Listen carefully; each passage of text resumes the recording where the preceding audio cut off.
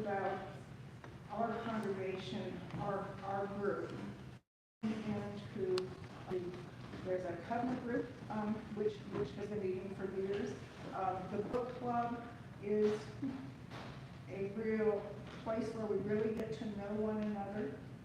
Karen Olish has been doing a online seminar, shall I say, on various religions, and I've learned a lot, not only from Karen, but other individuals that have been there. I didn't know about mysticism at all. And I've got a chance to really learn even at our park group. So those connections between us are so important beyond what goes on Sundays.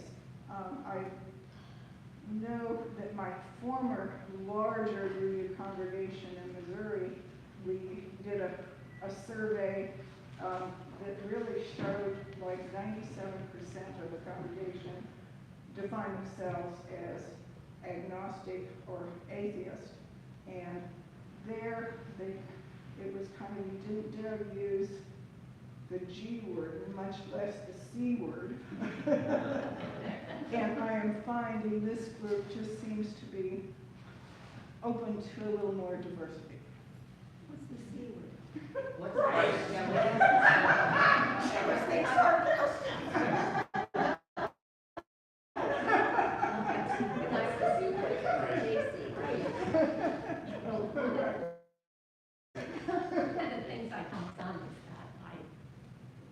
fortunate in my life to have come through a progression of very wonderful Christian denominations with increasing diversity and openness as I moved through. And I wouldn't be where I am today without a good Christian foundation. And I think that's helped to understand that I am not adverse, but rather just developed in a different direction. You've heard of cultural, you've heard people describe them, I've heard people describe themselves as culturally Jewish. I think you can also be culturally Christian. And not subscribe to all of everything that a church has in its own. I just wanted to say that we've often said here that we are a congregation of people who do not judge others. Presumably, we do not judge each other. But I think it's more honest to say we want to be a congregation where the judging does not happen. Because judging often fades into liking. And that's personal and idiosyncratic for all of us.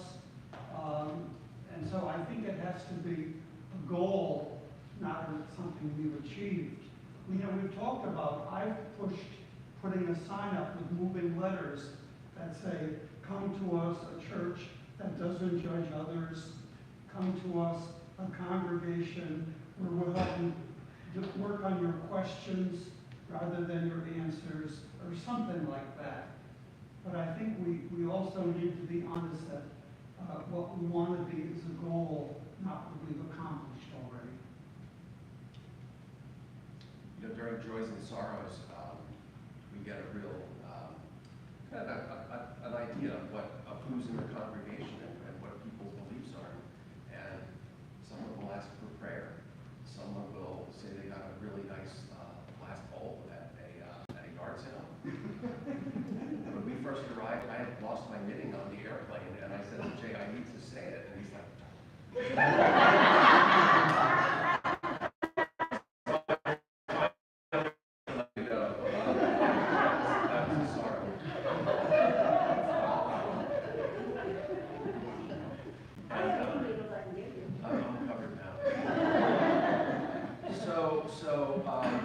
the feeling of accepting someone when they ask for, whether they're asking for an organ donation, or if they're asking to put your consciousness in alignment with the good of their family, or if they're telling you about something that they encountered, if they discovered the wheelbarrow saved their day.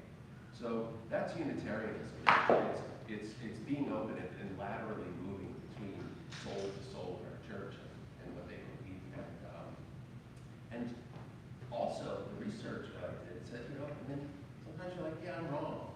You know, with Roberta and Linda and Jay, the four of us, right after we got our vaccines, we live in the same kind of community, but we need to get together, because, you know, and we had, for 2 years, we had a church in our house, which was just us talking. And it started with, do we believe in God?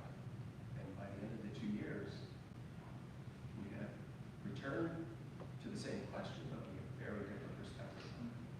And that's the circulation of what principle number 3 is the congregation, so that we can go out into wherever we go and we leave here and feel stable. Yeah. Just thinking about acceptance, and for me, I've been able to accept, I think, a lot of different perspectives, a lot of different types of people in my life. It hasn't been that hard for me to do that. And then when it turns over to judgment, that can be more complicated. And I feel like we're living in a time where there is much more judgment and condemnation. And I just looked up a Bible verse I thought I remembered, translated different ways, but judge not lest ye be judged, right? But what happens when you are feeling constantly judged?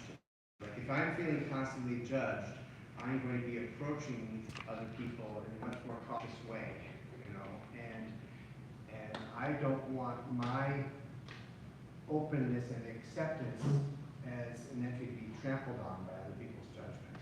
That's where I find it